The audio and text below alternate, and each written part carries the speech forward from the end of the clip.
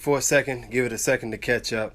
Actually, I was actually waiting for the YouTube, YouTube to kick in and well, I guess do this damn video. And this should be interesting. And the reason it should be interesting, of course, I always get all of the fun calls, and I moved that so I can see some of these messages.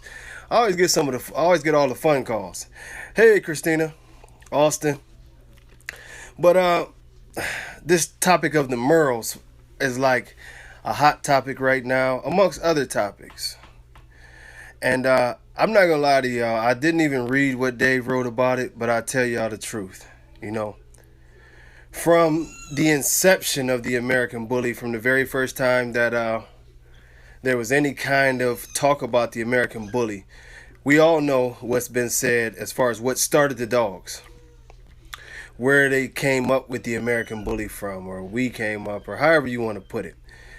And it was from the staff, of course, AKC, and the pit of the UKC. What up, Ryan? Jeremy? Now, this the problem. This is the biggest problem I have, and I don't know what Dave said. I'm gonna have to go back and read it because I've heard many stories about this, but people keep blowing me up about this Merle thing. Even out of Dave's own mouth, the Merle was never to be allowed. It was never to be allowed for one very basic concept. Hey, Lloyd, I'm trying to keep up here. Now, at the end of the day, D-Money, I get with you right after this. At the end of the day, this is what it boiled down to, and let me get rolling here so I don't take up too much of y'all time. But if you look at the standard of both registries, the AKC and the UKC, the dogs that were supposed to be used to create this breed both specifically said no Merle dogs. I mean, even right now, if you go to the UKC website and you look at their standard for the pit bull, they don't say accept anything but no Merles. They're very, very, very, very strict about the whole Merle thing. And we'll go into more about the Merles later on.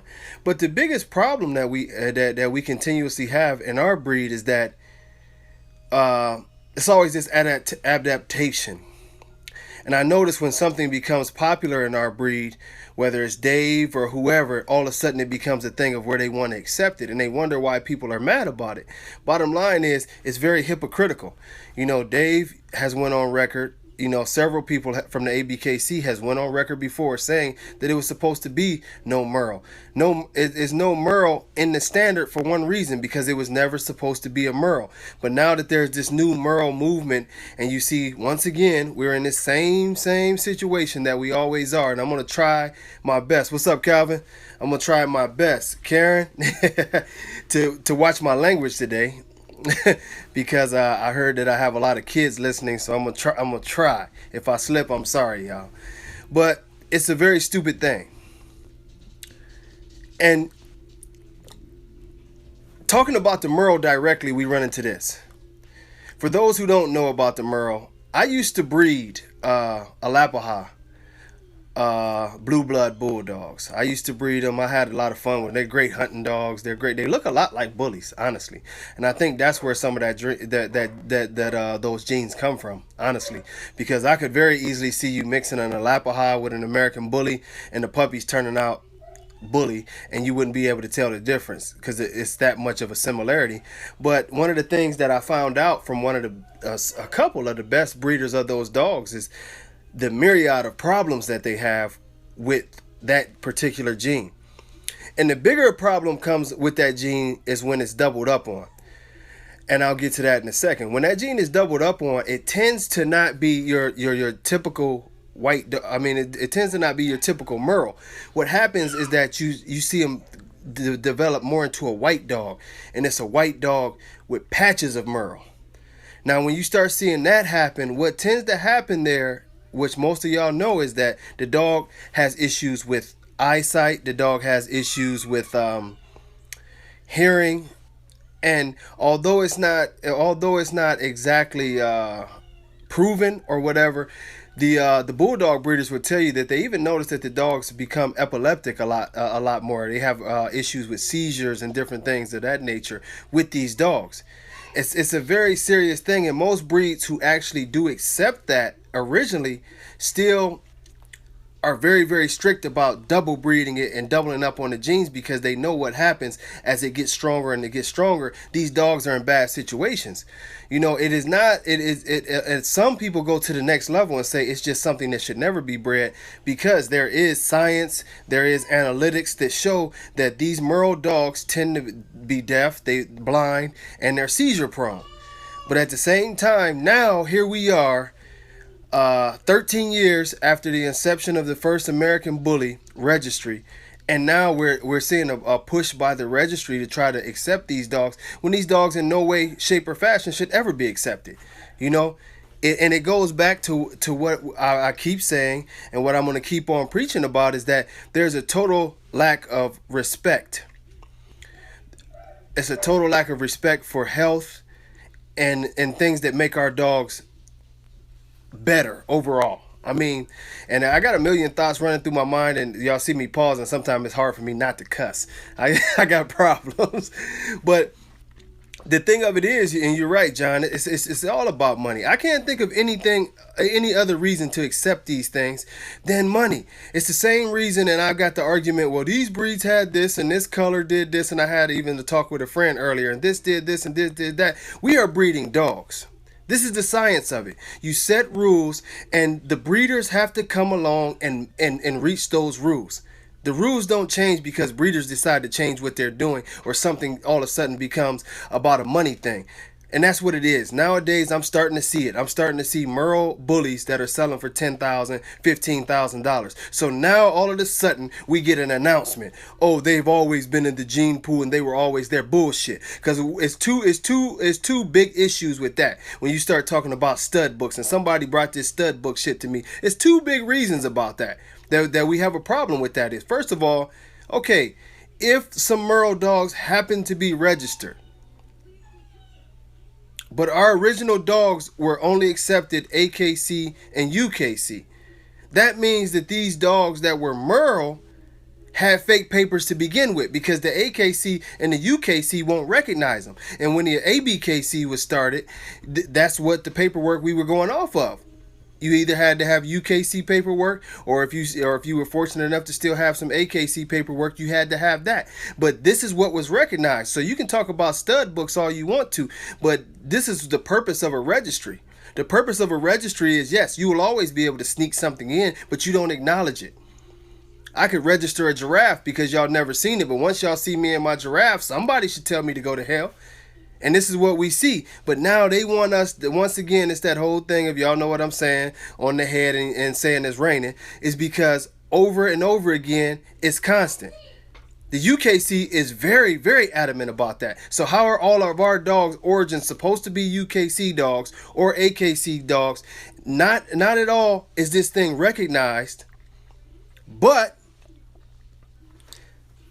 you want to tell me that this is supposed to be a part of our breed. Now, and this is another contradiction to where I say we seen this, and like I said, I don't know exactly what was being said. I've been busy, but this is a direct contradiction. If they were in the original stud books and they are supposed to be a part of the breed, and there go my boy Leonard Davis, and he knows, we all know that it's never been accepted that a Merle is supposed to be a part of the American Bully breed. But if this is what's supposed to be done, then why wasn't it done in the first place? The reason why it wasn't done in the first place is because Merles were never supposed to be a part of this breed. Just like it was never supposed to be dogs like Extremes, where we had specific rules against dogs with high rears, ugly hips, all these things that made them look too much like bulldogs, including wrinkles. And most people forget heavily wrinkled was supposed to be a flaw. And just like Pooh said, Merles and all white dogs, we knew this from day one. You couldn't do that and win. You couldn't have an all white dog. You couldn't have a Merle. Those were the two. But just like we've seen over the years, when something comes along that sells, we'll make room for it. Here we are. It's over and over and over again. We continuously keep on seeing that, and there's no way at all that we can continuously go forward with all of this stuff. Yeah, Pooh, we can say that all day. And the thing that I'm saying is, man, it's so many of them. It's so many flaws, and this is just the latest thing that they're pushing down our throats. This is just the latest thing over and over again that they're pushing down our throats, and they're saying that we supposed to be better. We supposed to do this. We're supposed to do that, and we're supposed to accept this. And this is a new rule change, and this is another new rule change. Well, if you constantly keep changing the rules, how do you ever become to a breed? We don't have a breed. This is why things is in such a bad shape right now, is because we cannot ever get to the point to where we have a strict standard and stick to it. It's a fun show. I'm telling y'all, the next thing, y'all remember 2 years ago, we talked about Merles, and we talked heavily about Merles and how that this would be, now what we thought was impossible to be recognized is now recognized. It's now, not only is it recognized, it's heavily recognized. It's recognized all over the world. Because once again, we have the fake prophets going out there and telling people that this is cool, and it's not cool. No real registry would promote anything that would be detrimental to the dog's health. And it's been proven that not only is it detrimental, but it's unethical, because no pit bull or no staffy is supposed to be a Merle. So while you adding this in, backdoor, you're saying once again, just like with the English Bulldog traits, just like with the Frenchie traits, that you don't care about this breed. You don't care about the standards. You don't care about what goes on in your breed. The only thing that you care about is allowing as many people in as you can, and you don't care about protecting the actual ethics of the breed. It's that simple. It's that simple. Like I say, yeah, y'all mentioned Rocco. They making t-shirts and shit about Rocco now, and Rocco got round eyes and look just like a bulldog with a high rear. But this is what you promote to the world. If you consistently promote dogs that have flaws and issues, then people are going to breed flaws and issues. Our breed is never, ever, ever, period, going to get better. I mean, it's just period. It's that simple. The breed is never going to get better if you continuously promote these things on and on. We can go to the situation with Mr. Beans, and that's obvious, but it's something that you promoted, and it's obviously against everything that you write in your standard and everything that you say in general, but you promote this. So as you promote this, you can't say, oh, it's not our fault and it's not this. Yes, it is your fault, because that's the job of a registry. Now that I do run a registry with my boy Danny, we don't care if 1 million people show up at everybody else's show and we only have 100 people. If we have 100 people with good dogs and sticking to the standard and trying to push this breed in the right direction, I'm happy. I don't need a huge crowd to say anything about anything. It's just that simple. We don't need huge crowds. You need quality.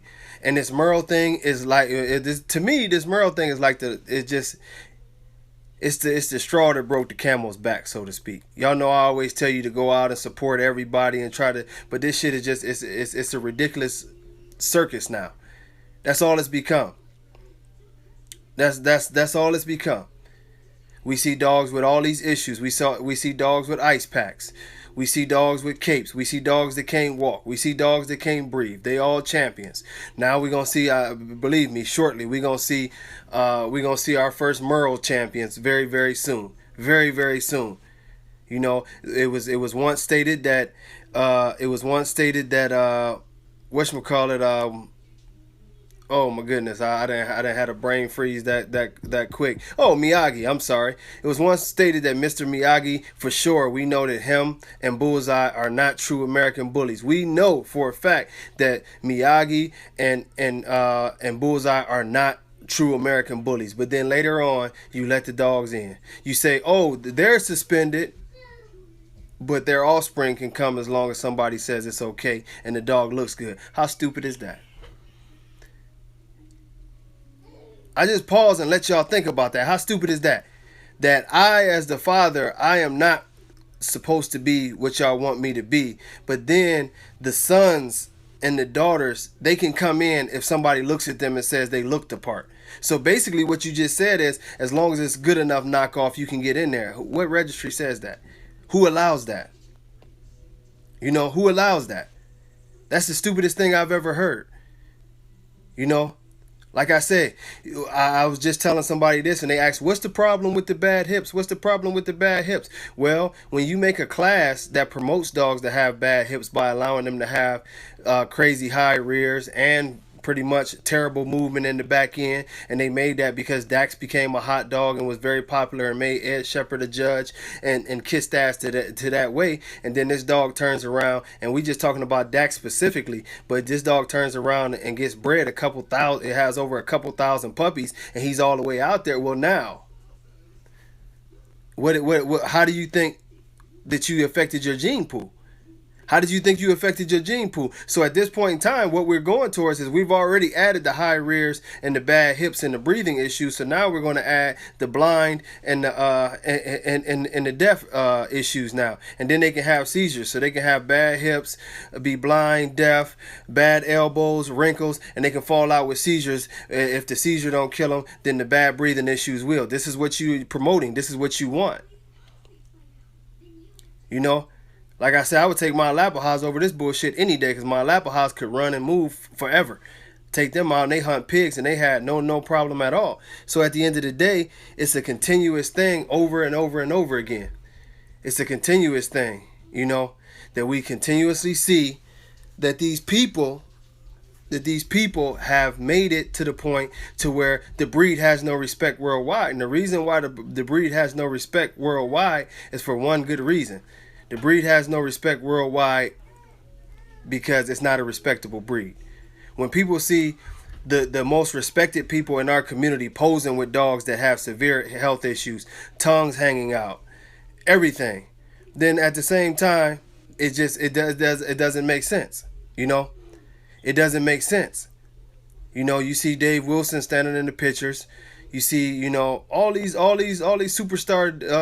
superstar dog men standing in pictures with screwed up dogs and then making statements that are totally reckless and against what the breed stands for. No kind of athleticism promoted in this breed anymore. You promoting dogs with health issues. You will never have consistency. It's 9 or 10 different types of dogs. You won't even enforce a real DNA rule that makes people DNA these dogs that are questionable. So at the end of the day, it is one big circus. If we can get somebody to send in paperwork, it's fine. And like I say, this shit ain't personal. I'm just telling y'all exactly what I see from a registry standpoint. This registry has become more and more, the shit's a joke. You know, like you say, Bashar, no. Y'all know I don't mix words at all. Bashar's not a dog man. I'm telling you, in my registry, bottom line, you get a guy who does an interview and talks crazy about me and talks about he runs everything and he owns everything. And when the money dries up, he's out because he don't care about dogs. You ain't allowed in my registry. I don't care what you or nobody else have to say. This is the kind of environment, once I said, that is being promoted. You know, because anybody else would have had common sense enough to say no Dax dogs. I mean, not Dax. No Miyagi dogs. No Bullseye dogs at all. But then you suspend them, but their kids can come. Well, what was the point of suspending them? Dax and Miyagi was never gonna show anyway. The whole reason why you suspend them is to keep that bad blood out your gene pool. But it's hard when Miyagi's got a couple thousand kids out here and he got grandkids, and you start adding up those figures. You know, you got 40, you got 4, 5, 6,000 dogs now with Miyagi blood in there, and they need a place to be registered, and it's $20 a pop. Y'all do the math. That's hard to turn away, I guess. Same thing with Bullseye. On the registry side, it's got to be about protecting the dogs. I don't care what anybody says. At the end of the day, it's got to be about protecting the dogs. You know, and one of our biggest problems, I'm going to tell you like this, 12 different looks for sure. For sure, Brandon. I mean, but one of the biggest issues we're going to have now, and I'm telling y'all this, and y'all remember, because if y'all go back through my videos, not to pat myself on the back too much, but I'm going to tell y'all the truth. I've been good at predicting the issues of this breed. I've been very good at predicting the issues of this breed because they're right in front of your face. Now, what you're going to see very soon, this is the look for 2017. This is the look.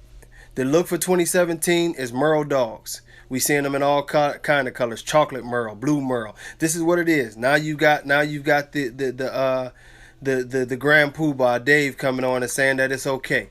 So what you're gonna have is a bunch of irresponsible breeders who don't know much about breeding, that think that inbreeding is always the way to lock genes in. They're gonna take dogs that are already very, very dangerous as far as their health goes, and they're gonna start inbreeding them so they can breed them for colors, just like we see them with the Frenchies and everything else that the American Bully is doing. But the one thing about it that most of you people don't know about that gene with the Merle is, if y'all do it the same way y'all did bullies, y'all gonna have a bunch of blind, deaf dogs that have problems with seizures. It's coming.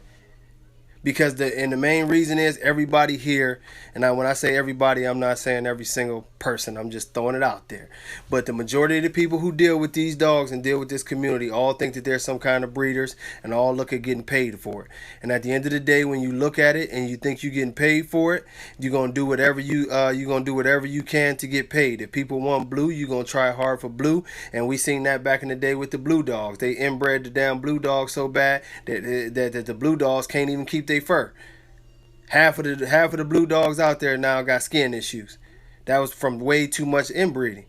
And this is what y'all gonna do on this one. Y'all gonna come in here and y'all gonna breed the shit out of this Merle stuff, trying to make Merle this, Merle that. Pretty soon we gonna have the chocolate tri Merle, Merle this, Merle that, Merle this, 85,000 for this, 85, and everybody gonna try it. And all y'all doing is doubling up on a gene that you don't want in the first place, but y'all look into it. Every veterinarian and medical authority on that situation says do not double up on that gene, because you going towards instant terribleness, put it that way. And I'm gonna tell y'all this right now, it's already happening, but people people just ain't smart enough to see it happening. Y'all ain't noticing that with some of these Frenchie litters. Why is it only 2 or 3 puppies in them Frenchie litters? Certain Frenchie litters got big litters, but if y'all notice, the Merles ain't got that. I'll tell you why a lot of the Merles ain't got it. Is because a lot of those breeders is holding out, waiting to see if these dogs can see or hear. And a lot of them can't.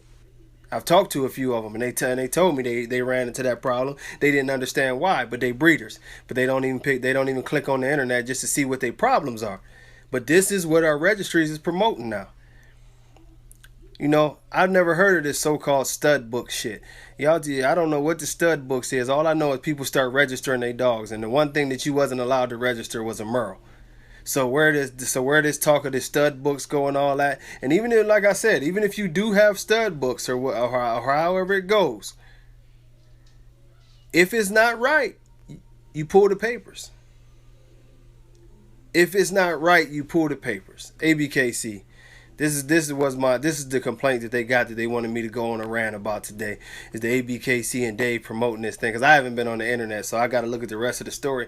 But in no way, shape, or form should Dave have ever come out of his mouth and said there was anything right about the Merle being a part of the American Bully, because me and him have discussed this over a decade ago when we was talking about it, and I heard specifically out of his mouth that because this dog is based off of these 2 dogs from the AKC and the UKC, it's 2 different reasons. You have the medical issue, and then you have the fact of where did these colors come from. So that tells me if all of a sudden you got all these Merle dogs, you have obviously did something unethical outside of what we're doing, because how are you all of a sudden producing Merles from dogs that generally don't produce Merles at all? Either way, it's supposed to be pulled and dealt with, but instead we're going to push these genes in. Just like dogs with bad hips and horrible top lines and feet issues and all this stuff, they were supposed to be fixed. And if the people were breeding them, I remember those talks. Oh, if people are breeding bad dogs, we're going to have to pull their paper because we're here to protect the breed. Now all you see is a ton of dogs being posted up with bad feet, bad hips, can't breathe. And not only are they posted up, but they're in the ring. And we wonder why our breed is going downhill. It's a lack of leadership. It's a lack of leadership. Most of us on here as parents, y'all know if y'all leave y'all kids at home, or if you ain't never tell your kids to do their homework, or if you ain't never tell your kids to clean up the house, they're going to do what they want to. This is the way the registry is. You have people that come in and they basically could do whatever they want to, and y'all ain't heard the registry come down on nobody except for Carolina Bully Farm. And I still wonder what they did, because I done seen people do a whole lot of terrible shit in this community, and none of them was kicked off. None of them was kicked off. My thing with Dax, what I'm saying, It's just this. I've seen some nice dogs off of Dax, but I think once again our community is it breeds it irresponsible. I do think that Dax has some questionable things about him, but once you get past that and you start talking about how to breed the Dax blood, it's crazy because I think it's a blood that you touch into something. You put it in, but you definitely don't base your whole line off of Dax, and it's being shown and it's being proven. It's very, very analytical that you can show this. Most of Dax's sons do not live past 4 or 5 years old. They just don't make it. He didn't make it past 5. And not only that, when you see them all, and when you see these Dax kids, the 99% of the Dax kids you're going to see, they give you an amazing front shot. They'll show you the front all day long. Once you turn them to the side, once you see them from the back, once you see their movement, you see that this is a very, very incomplete dog. And we're supposed to be making complete dogs here. But in our community, that kind of stuff is praised. This is why we're a joke. Bottom line, Dax blood really does kill. I say that bottom line. Y'all show me the old Dax dogs. It's none of them. Y'all can't even show me an old Dax. And I'm not saying that to be insensitive, but if we're here in a community to be breeding quality dogs and to be and to move our breed forward, why are we promoting something that's obviously showing serious health issues, but it's still promoted? You see the new flyers where people are having shows and doing all these things, and it's a whole flyer full of bulldog looking dogs. Now, what they won't show you is they won't show you the aftermath of when you see these dogs and these dogs can't breathe, or they can't move around good, or they have all these other issues. They put this up there like they're doing something good, and they wonder why the world is going so crazy. At any point in time, the ABKC, who is the leader, could have stopped most of this. Instead, they played into it. When the feet start going bad on the pockets, what happened? The feet start going bad on the pockets, and what's the first thing we did? Oh yeah, let's change the rules. We're gonna change the rules so that we can have easty westy dogs. Rears get high. Oh yeah, now we can have high rears. All the dogs get bad. Well, let's make an extreme class and put all the dogs that can't make it in that class. What's wrong with turning people down? What's wrong with telling people, you know what, I don't want your money today. What I want is for you to get a better dog. Why don't you fix that dog and come back with a healthy animal that's going to represent this breed? And what we have is a serious problem with people trying to do their thing. I'm just seeing that. It's Demon Boy. Demon Boy looks like a nice dog. I haven't seen him in person, but from the stuff I've seen, Demon Boy looks like a nice dog. I have no problems with that dog. Now, once I really, it's different than seeing a video and seeing pictures once you see him in person because, oh man, what's that one? The one Dax Tri-Son. When I seen him on pictures, man, I forget, I'm terrible with names, but when I seen him on pictures, I was like, wow, he had an amazing front and he looked really good. And then when I seen him in person and got a chance to see his back was long, he had bad movement and stuff. So yeah, I would have to see Demon Boy in person, but out of all of those dogs, Demon Boy looks like the most complete dog to me, And I try to stick. You try to stick to that part of it. How does the dog look in overall? I try not to tie the blood to it. When we talking blood, a lot of times we talking breeding because that's the part of creating the dog. Once the dog is there, you have to go to it. What up, bro? But at the end of the day, the problem that I would have with Demon Boy would be much of the same. With him having that Dax blood there, I wonder what kind of issues he's throwing. Because, see, it's not just about having a pretty dog. It's about being able to produce a better dog and continuously produce a better dog. And our biggest problem that we have right now is that everybody is falling in love with the look. How many times do y'all, Lucky Luciano, that's who it is, yeah. I'm not hating on the guy I just tell it like it is. I seen the dog, his back is long, his movement is not good at all. And for him to be considered one of the top studs, he's not. He's not a complete dog. Beautiful front end. After that, if you could chop him off at the shoulder blades, we would be good to go. But after that, it's a lot of work that needs to be done. And when we talk like this, people get offended. But truth of the matter is, this is dog man talk. I break my own dogs down. I don't like Denzel's big ass feet on that little body, It is what it is. I got to make a dog with them cat paws, as I say. I don't like little things on Mandela. It's always something, but that's the art. That's the art form that we chose. When you breed dogs, you're supposed to be able to break your dogs down. G Train, I like G Train, but I tell you the truth, with G Train is his rear end is not that great. The movement on his rear end is not that great, but he's a nice dog. I've never seen Phenom, but pictures I'm not impressed. It's just a thing. Overall, what we strive for is we strive for the true complete dog. That's it. We want a dog that can do everything, that can move, that can have the overall conformation. You want everything. You don't want to keep on checking down and saying, oh, well, he's badass and I'm gonna breed him to this and I'm gonna breed him to that to try to fix this and to try to fix that, because that's years and years of work. And the breed doesn't get better. And another thing that you have to think about too is you have to think about the fact that some of these things you don't bounce back from. Some of the things you don't bounce back from. You add too much bullshit and you can't bounce back from it. And I mean, this is where our community is. About 6-7 years ago, we decided to really, really allow this, as it's called, bulldog influence to come in. And we weren't going to argue it. We were just going to push forward. Now, you see the end results. Our dogs have a lot of the same issues that the bulldog people complain about with their dogs. The rear end problems, the breathing issues, the dying at early ages. This is what you do. When you're being very irresponsible, this is what you do. It's a lot of dogs that I would breed with. It's a lot of dogs that I would breed with. It's a lot of dogs that don't even have big names. Like I just went, to the Remy line family and checked out Boston Recon, and those are not dogs that people talk about all day, but they're high quality dogs. It's just a thing where you have to search and you have to get the right blood, and breeding is a science, man.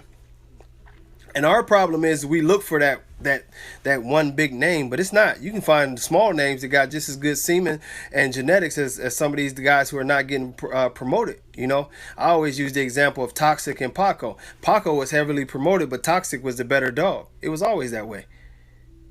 Don't let promotion fool you into being quality. Like I always tell people, it's no restaurant in the whole entire world, not just the United States, but in the whole entire world. There's no restaurant more popular and more well known than McDonald's, but none of us would ever say they have the best food.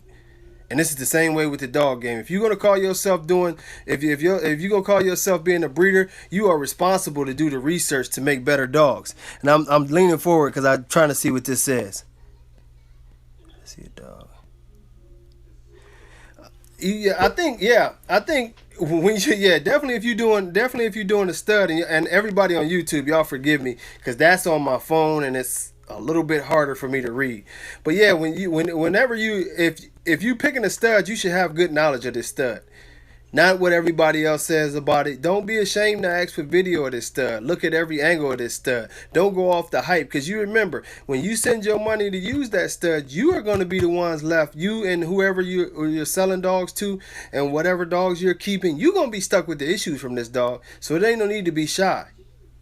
You should act, and don't just ask the breeder, because a lot of breeders lie. So if you start acting, well, do you got anybody you can send me to and tell me about the litters, or who else got litters off of them? It's a research thing. Before you go getting a stud, you should research the shit out of that stud. You should find out everything you can about that stud. The issues, the ups and downs. Has he done breedings with your blood before? Every little thing that you can find that you don't like about this, that you might like or whatever, or dislike about the stud. You should find these things out before you go creating a litter, because somebody's going to have to deal with that. Dirty Bird. Dirty Bird is all right to me, but still not my style, and I don't like the rear. I mean, if y'all notice, it's like sort of a residual effect there. Every time we talk about Dax dogs, I just don't like the rear, and it's for good reason. That was his weakest point, and he threw it. Even when you start talking about his grandkids, a lot of his grandkids have bad rear ends. Very unimpressive rear ends. I like them, but that's that. I like certain things about them, but I need a complete dog. I need a dog, first and foremost, I need a dog that can run and move without any issues. without any issues. I want to see these dogs run, move, breathe. You know, that top line is supposed to be beautiful. And if y'all notice, a lot of people nowadays, they won't show you video of their dog just moving around and stopping, because that's the ultimate natural stack. And when that dog does that, generally you can see that dog's real, overall build. You had this thing now to where people want to stack everything and push down on the butt and do this. And I just seen my boy Rufino Romero get on there, and he has some pictures of his dogs that I love, because he always catches them when they're off the leash. And catching a dog off the leash is critical. And the reason why it's critical is because there's no touching or prodding to the dog. You can see this dog perfectly, because we got masters now that teach their dogs how to squat so you can't see the high rear, or teach them how to move a certain way. It's weird. They do more training than they do thinking and learning how to breed. They're going to teach the dog how to, I'm gonna turn you into a good dog instead of just breeding a good dog. I think, those guys with the exotics, man, 99% of those dudes with the exotics, they don't have a damn clue. They don't have a clue. I mean, y'all ever seen their charts? A lot of y'all are veterans on here, so y'all seen it. But they have a chart of a clean dog, and then they have a dog sort of in between. Then they have a real screwed up dog. The clean dog, like, you gonna pay $1,500 for this. And then, the somewhat bulked up dog, you gonna pay $5,000 for this. Then the dog that's got his feet turned like this, and he throwing up all kind of gang signs, and his little eyes is all bugged out his head, and the tongue hanging out, his feet kicked back, 20 grand. All I can do is go in silence, because there need to be a moment of silence for that shit. The exotic thing, I tried to understand the exotic thing many times just to see what the direction. And some of them dudes actually do have a direction that they trying to make, just keep that look, but make a better dog. A lot of them dudes, though, they is terrible. They literally are running around with wagons. Pulling a dog in a wagon. Who does that? But at the end of the day, it's what you allow. Y'all seen the video from their shows and how deformed the dogs is. But if you say anything about that, you hating. This is the thing, man. And I'm telling you, at some point in time, everybody has to take out for what they do. And the ABKC has been the lead registry. They've patted themselves on the back for years, that we are the ones who started this. We are the lead registry in the world. We are this, we are that, we are this. And if you're going to take that on, you know what I'm saying? Oh, Rufino, yeah, the grass hiding the feet. That's another thing. What's going on, Marco? Marco Suarez in the house. But the thing is, and speaking of Marco, he uses the term, preserving the breed. And I agree with that 100%. That's what, and I will care about the numbers. They care about the breed. He acts. I've been to his house several times now, and that's how he loves his dogs. This is not fake. The people over there are all about making this breed better.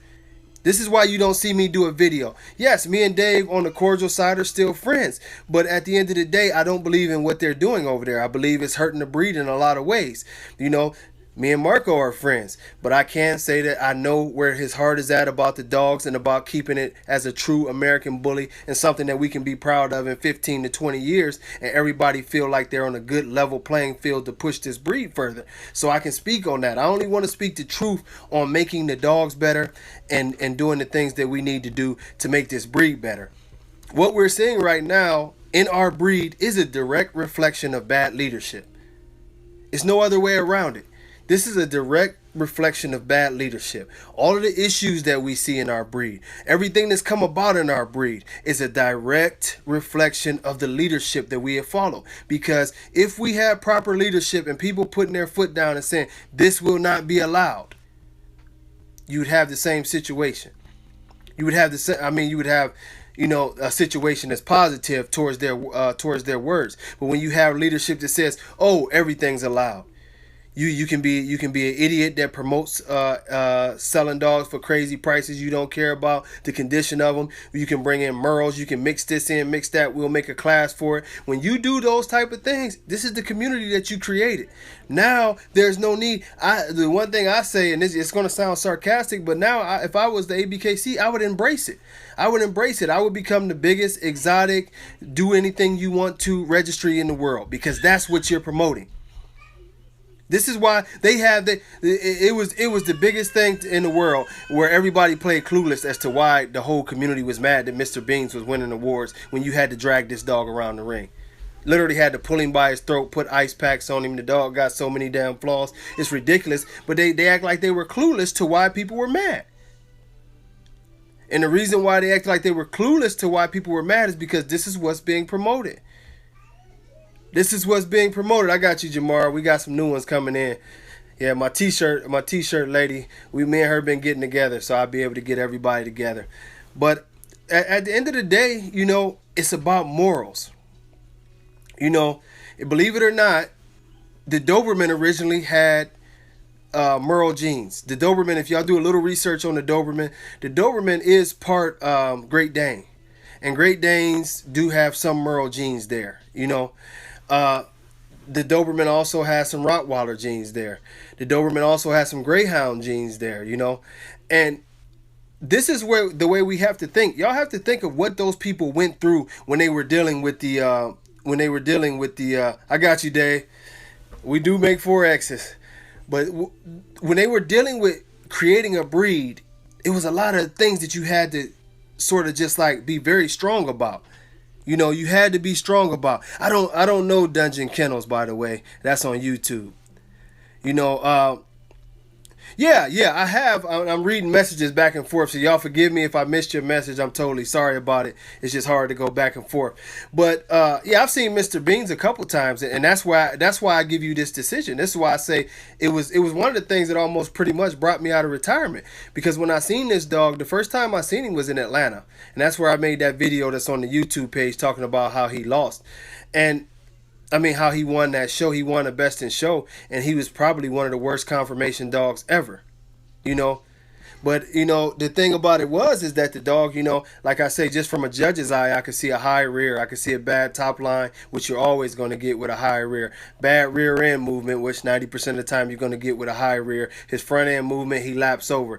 Now, another big issue that the dog had is that he had he had to be pretty much pulled around the ring. His self-esteem is very low. He hangs his head. You can tell he really, really doesn't want to be there. Maybe he acts differently at home, but there he doesn't want to be. And so how could you beat a dog that won nationals, 2 years before that? It just didn't make sense. And that's why I said that's one of the things that got me off. Mr. Beans, by my account, Mr. Beans is a train wreck and an embarrassment to the breed.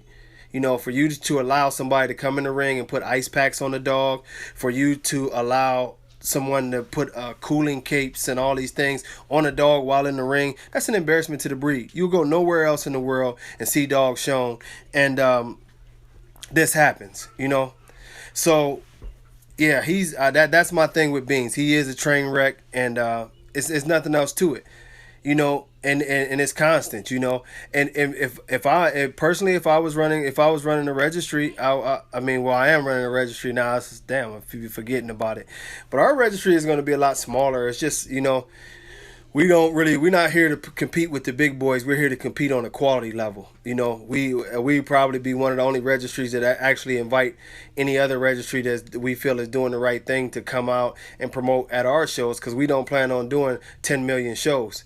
We plan on doing quality shows and promoting the breed in a quality fashion. So, you probably will see us telling the BBCR to come out sometime. And, I know they can register dogs on the spot or whatever. We're not offended by any of that. We feel like that we are in a community together, and we just want to see the breed get better.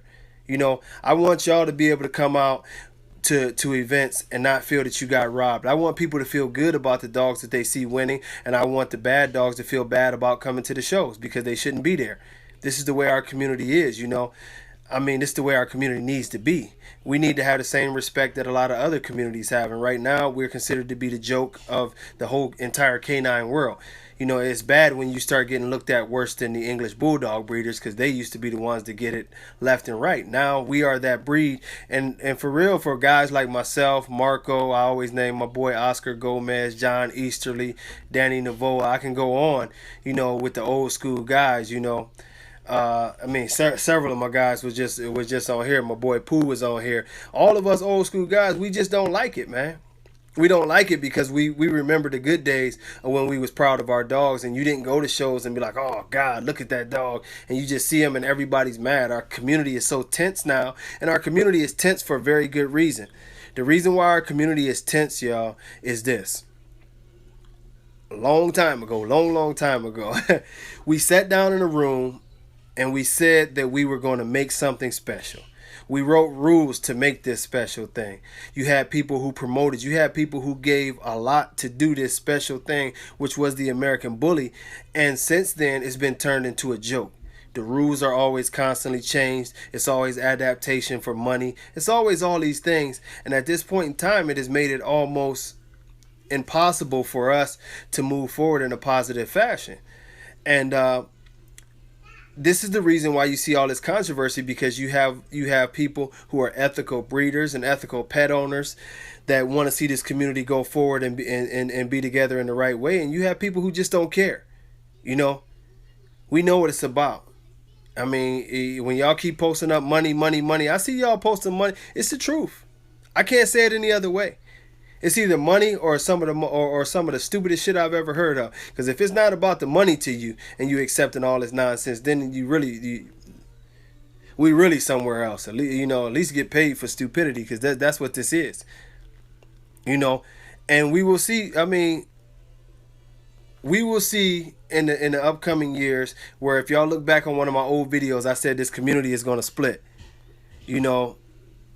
Oh, okay, hold on. I want to answer this question. It said, what, I think that's Caleb Morris. It said, what bully showed the most charisma in the ring? I'm going to tell you like this right now. Right now. And I'm not saying this because his owner was on this live feed. I've seen a lot of dogs. I've seen a lot of dogs show. The most charisma in the ring to this day, I still have to give to Paco. Paco showed, like, I think he really did enjoy it. And y'all would be better off asking Marco that, because Marco know his dog. But Paco was different, you know. Paco was very different. Like, Hallie, when I took Hallie to the ring, Hallie came to the ring with an attitude of, this is business. Like, you could see it. She just was in there, and she was very, like, sort of, like, just, I'm here to do what I'm supposed to do. And she was very business-like. She didn't act her normal self until she got outside the ring. That damn Paco, when Paco hit the ring, it was just like, man, what's that Bruno Mars song, the 24 Karat? You could hear that playing in the background, because he came in and he was just full of life. Like, he had this prance. He would just look at Marco. He was just, it was life in that dog. When he hit the ring, it was like lights, camera, action. And the dog, he owned the crowd. When he was in the ring, the dog sort of played to the crowd. You can see, I don't know how to explain it, because it's going to sound crazy because he was a dog. But Paco, for real, played to the crowd. It was weird, man. Like, he knew that the crowd was looking at him. When Marco got to print, it was weird as shit. But that dog owned the ring. To this day, I've never seen a dog that enjoyed it quite as much as he did. Now, he had the attitude, the charisma. He was a good-looking dog. But to this day, I would say that dog truly did own the ring. It was nothing else that could be said. That dog, when he came, it was trouble. I had to see Paco show 12, probably at least a dozen times I seen Paco show. And I never seen him have an off day. I never really seen him have an off day. I never seen him have a day where he act like he didn't want to be there. The dog was always, when I tell you always, he was always on point, and he was always happy, played for the crowd, posed good. I never seen Marco even have to struggle with him to like double stack him. He was just very, very much, he was a show dog. And you can still see it in a lot of his kids, that his kids and in his grandkids. If you notice, it's not a coincidence that a lot of the championship dogs that are in this breed has his blood in there, because the dog was a show dog. He was the ultimate showman. He came in there and he did what he was supposed to do at all times. You know, if you go down the line, yeah, you got Shifu there. Denzel is a Paco grandson. You know, you go throughout that line. I mean, it was just dogs off of him were show dogs. You know, they always have the good confirmation, good look, and all these other things. But at the end of the day, man, they were just man, the dogs just love to be there, and that's one of the things that he's like the total opposite of what we've seen out of Mr. Beans. How Beans acts like he doesn't want to be there at all. Somebody kill me right now type of deal. Paco was like, oh yeah, I come to put on a show for you bitches, and it was fun to watch, man. He had a lot going for himself in the ring, you know. I'm trying to think of another dog that really like loved the ring. Hef didn't love it quite as much. We would probably. Well, you know, another dog right now is the girl who won national, Sweet and Low. She seems to enjoy when she's in the ring a lot. She's more calm, but you can tell that she's sort of enjoying herself. I've only seen her one time where she was sort of like getting to the point where she didn't want to be there, you know, and that was a long day. But for the most part, you know, I've seen quite a few dogs that actually play up to the crowd. I'll tell you now, this is not an American bully, but Bully the Kid's boy, the goat, that little shorty bull. Now, as in the shorty bull world, that dog loves being in the ring. I mean, the way he prances and the way he does his thing, and he just loves the thing. And that's traits that we should breed for, man. We should breed for people who act. I mean, not for people. Let's not. But we should breed for dogs that love being in the ring, that love the whole competition aspect. But that was a great question, though. Honestly, I would say very much so, very much so. Paco would win hands down every single time. Another dog that I happened to show that did very well and was very easy for me to show was Tonka. And I'm glad it was easy because Tonka was a monstrous dog. But Tonka seemed to enjoy himself. They didn't show him a lot, but you could tell he was a natural. His gait was a natural. Even when stacking him, it was a free stack. When I stopped, he was stacked. You know, the Hawks had 90-degree angles, and he was just very, very pleasant to be in the ring with. And that was a dog that, you know, he put on a good show. You know, I've seen quite a few. It was a bitch, Bombs Over Baghdad back in the day, and she seemed to like the ring a lot. But at the same time, she didn't have the charisma because she was a little bit hot. So she she often wanted to snatch somebody next to her. But when it was showtime, I seen her perform. I think 3 times, and each time she killed it. She deserved her awards. You know, a lot of the modern dogs I don't pay attention to quite as much. But one of my favorites, as far as his charisma in the ring, is Bistro. Bistro is almost playful in the ring. He has this little bounce to his step, and he just seems to enjoy himself for the most part. He seems to wear down as the day goes on. He loses a little bit of oomph with it, and you notice they have to snap his collar a little bit to get him up. But for the most part, man, he was the man. You know, he was the man. You know, and he's still living, but you know that was a great show dog. But that was a great question, and you said what about Ruger? Woo! I'm gonna tell you what, Ruger might be the most famous, and I'm thankful. I guess if Marco is on here, he can say the same thing. But Ruger has Denzel's brother Rome is Ruger's grandfather. Ruger, to me, I went over that dog like for about 10 minutes trying to find something wrong with that dog. All I can say is he got big feet, but he's a big he's a big dog. Ruger is probably one of the most beautiful dogs I've ever seen, and that goes back to the best of them. You know, he's one of the best dogs I've ever seen. Like I say, Paco's brother Toxic was an incredible dog, you know, and Ruger is almost in that same form, a bigger dog, but everything comes together nice for him. And I love Ruger. Denzel's son Bison is another dog that I think has great confirmation right now. I mean, you know, it's some dogs out there. The dog that won nationals this year, Axel is a very nice dog, you know. The only thing that I would see that was disproportionate on him, and I didn't really study him because that was a busy day, but he has a gigantic neck.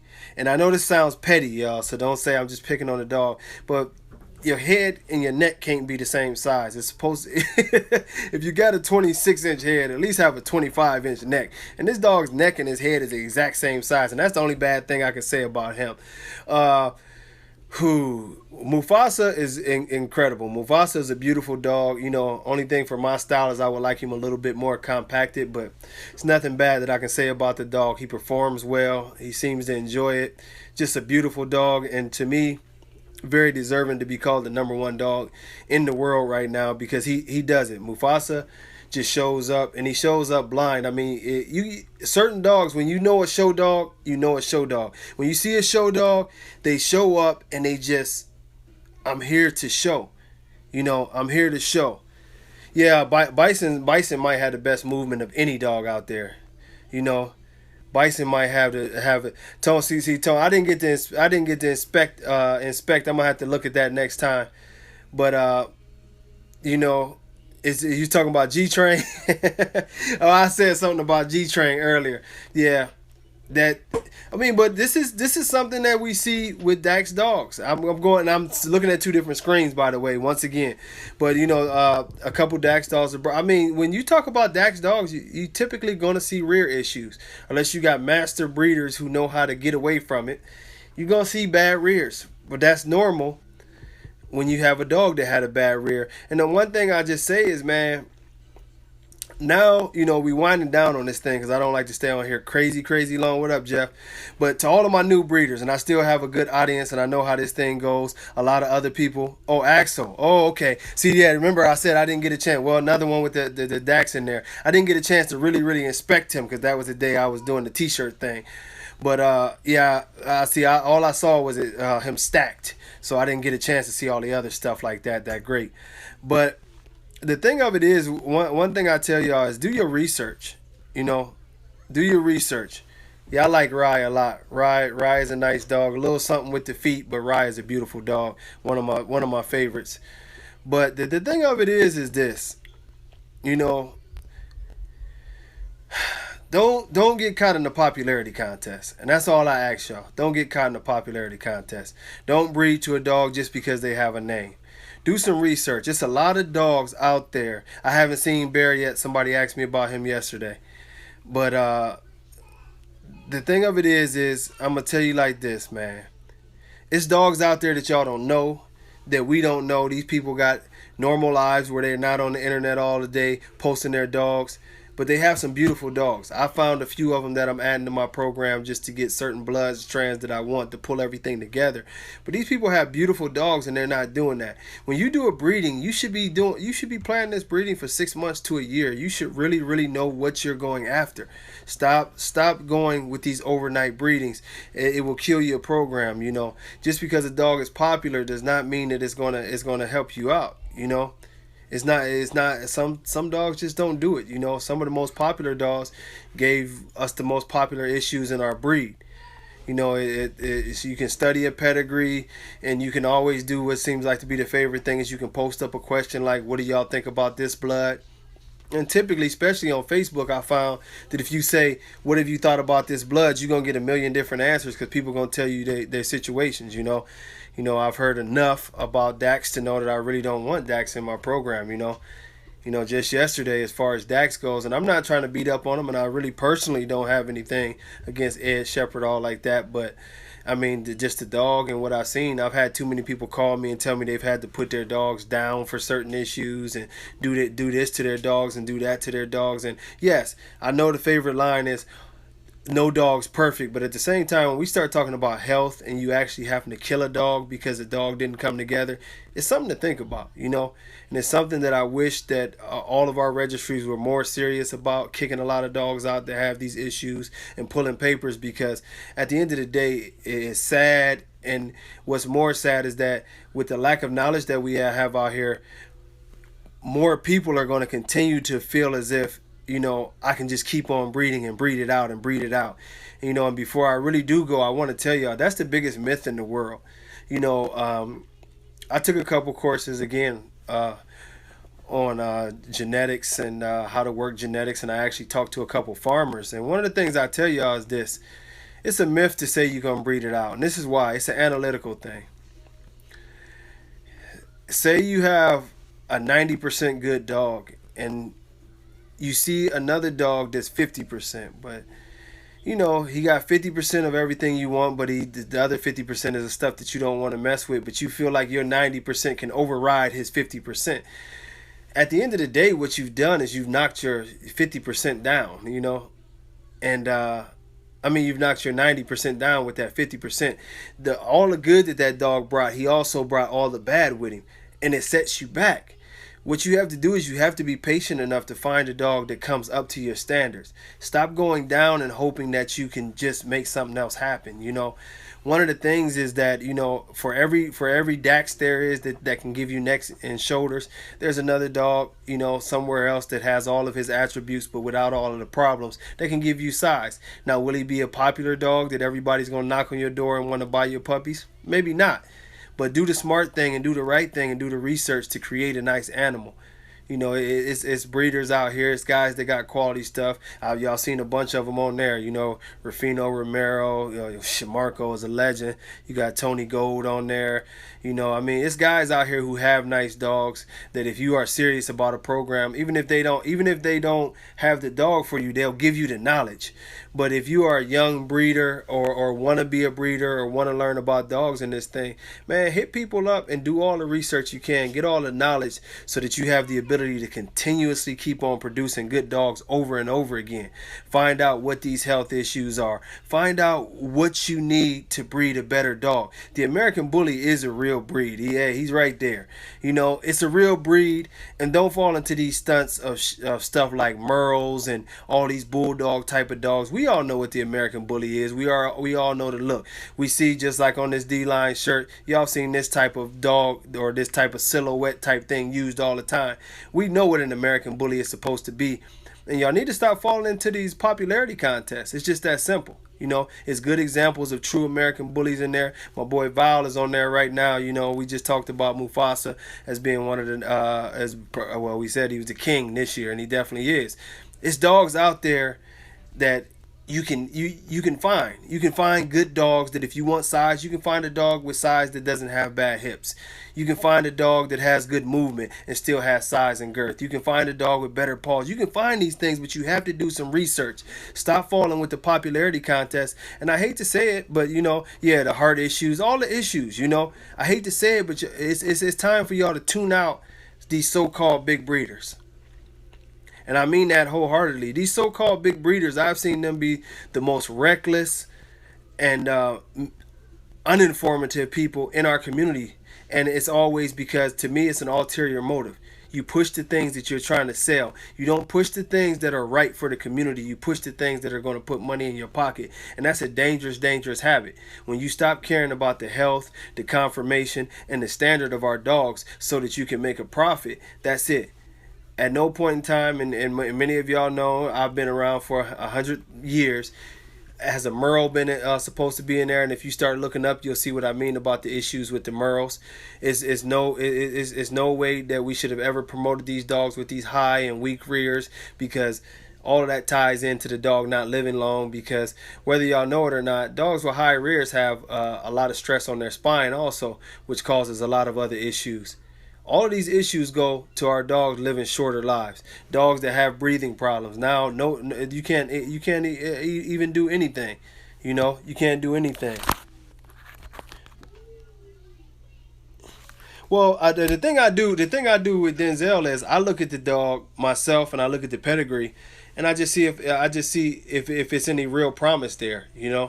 I have bred him to dogs who've had high rears before, as long as it wasn't extraordinarily high. I've bred him to dogs that had a couple flaws before, but I think for the most part, Denzel's success as a breeding dog has come from my ability to weed out a lot of bad dogs. The same reason why you've not seen me breed to a ton of Dax dogs or anything like that is because certain things I just don't think that can be worked out. And you have to be selective in picking the right dogs. Certain people you can be like, oh yeah, you can use my dog because you know how they breed. But then when it's in the dark, you have to look. You have to bring all these things into account, because if you're a stud owner, what you pick for your stud is going to be his legacy. If you can't I would rather pick a more terrier style dog that doesn't have size and math, but absolute great confirmation than to go and put my dog in there with a train wreck. Because if you put that dog in there with the train wreck, you don't stand a chance. You can always push the numbers up, but you can't never, you can't never go back from the troubles that you've had. If you got a little issue, you got a little. Thank you, Holly. If you got a little issues with the feed or this or that or the other, yeah, you can change those little issues. We've seen it. Little Roe was a great producer, and he had little issues. But the thing is when it becomes something that's of a level that destroys the breed or destroys the health, you have to pull away from it. We're what 20 years into this thing, and what maybe 13 to 14 since the registry. I think the registry was '04, and we've actually went backwards. Right now our dogs should be getting better. We should see more Mufasas and more Rais and more Shifus, and you should see more of these dogs, more Rugers. We should be getting better and better at this. More of that type of dog. In any class you should be seeing more dogs of that nature. And what we're seeing now is we're seeing far less, and not just and not less in numbers. And that's the scariest thing. We're seeing less in good dogs, but the numbers are actually going up because everybody's a breeder. So you have more and more garbage out here and less quality. And then you have now that everything is allowed in, so there is no rules. There's nothing else to shoot for anymore. All you have to do is find the right judge that likes your stuff. And if you find the right judge that likes your stuff, or you got the right people around you, you can champ your dog out. And this is not, that's like I say, this thing with the Merle is just the last straw for me, because we don't have any rules in this community. And that's sad, man. That's sad, because all of us who've been around, if we haven't known anything, we've known is that the Merle was never to be accepted. That was like the easiest rule that we ever had. Merle dogs never accepted in the American Bully. Here we go years later, where we supposed to be coming upon a great time in our breed, and we're promoting bulldogs that were never supposed to be accepted and Merles that were never supposed to be accepted. And at some point in time, people are just going to have to get fed up and stop supporting the bullshit. Y'all know my favorite line is support the community, support people who are pushing this community and trying to make it better. But at the same time, you have to be thoughtful of the fact that not everybody is pushing our breed in the right direction. When you see stuff that is promoted that is going to hurt our breed and things that are going to make our breed worse, it has to get to that point to where you pull away. And believe me, silence sometimes can be the loudest voice. When people start when people start going a different direction, and these businesses, because that's what they are, start noticing that your $20 ain't coming in and your $30 ain't coming in. And we've already seen the shows get smarter, but when people start to see that people are serious, that's when change happens. And I don't know, I'm not calling to boycott nobody's show or nothing, but we things have to get better. Y'all have to let y'all voice be heard. Everybody who has these dogs most people who have these dogs seem like they have a passion for these dogs. And we've created these little monsters, these little guys who go around with the deformed dogs and call real American bullies reindeers and stuff. You get a beautiful dog like a Mufasa or a Ruger around there, and they want to call this dog a reindeer. And this is what an American bully is. That's what I say. Bad leadership will make a person think that they know what the dog is, even though. But at the end of the day, my phone was ringing. Sorry about that. But at the end of the day, we have to do better. We have to be very common sense about what we're doing, and we have to be better as men in this community. Yeah, grand champion, Mr. Bean. Imagine that. That was the ultimate slap in the face to the whole community. The dog that need an ice pack is a grand champion. But like they say, you get what you allow, and we've allowed a lot of nonsense. We will have the radio show tonight, I do believe, and we're going to talk more on these topics, but I thank y'all for giving me y'all hour plus, because that was something that I did want to take a personal stance on. All those things, all those issues. We have to take a stand on it. Enough is enough. If you excuse me, if you're a registry and you want to put these bad things out there and do these things that are detrimental to our community, then at some point in time you have to stop supporting that kind of stuff. Because the thing is we all support these registries. We all send in our money. We all share. Each and every one of them got some money up out of me before. So at the end of the day, you spending your money to support a business, but does this business support you and support the ethics that that they say they're going to do. Because to me, what's being promoted now is really unethical, and there's no other way to say that. It's more promotion about being a worldwide entity instead of making something that's special that we can all be proud of. And us as a community, and you're right, F the Merles, I'm not gonna say it. But at the end of the day, we have to go forward, and we have to do what's best as dog men and dog women. That's best for our dogs. Screw the registry, and find somewhere that you can be that supports what you support. Because I know personally, that's one of the reasons that I stopped going to shows a lot. Is because I got tired of seeing that nonsense, and I won't be a part of that show. You know, I won't be a part of that show.